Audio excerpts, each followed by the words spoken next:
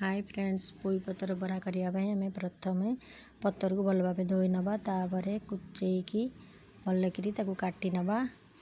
भलकरी काटी नवा जपर से बरा करला बेले न फिटी जाए सेपरी भलकरी काटी नवा तापर दुईटी उल्ली प्याज को कुचेकी काटी देथिबा बा चॉप कर देथिबा तापर चाउल बोटा किछि चाउल बोटा तादरे मिक्स करवा तादरे दुईटी सिझा आलू को भी सिझे आगु रखिथिबा तादरे मिक्स करवा तापर ताकू तादरे किछि लूण ऐड करवा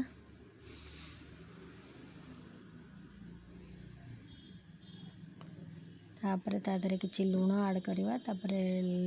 हळदी किछि ऐड करवा स्वाद अनुसार लूण आ हळदी गोटे चम्मच लंका गुंड गोटे चम्मच तापर ताकू सबको मिक्स करदबा एभली भल भाव चकुटी चकुटी मिक्स करवा जपरी से बांधी होला बेले हो जिवो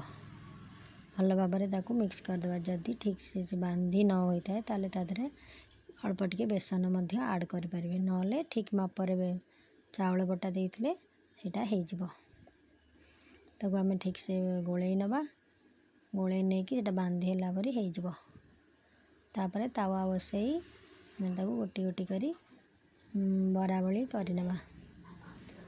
बड़ा बड़ा करनवा तापर तादरे रिफाइंड तेल बा सोरिष तेल ता ऊपर बुले नवा तापर 2-3 मिनिट पर सेटा प्रस्तुत हो जाइतिबा आमे ताको पलटै दबा तापर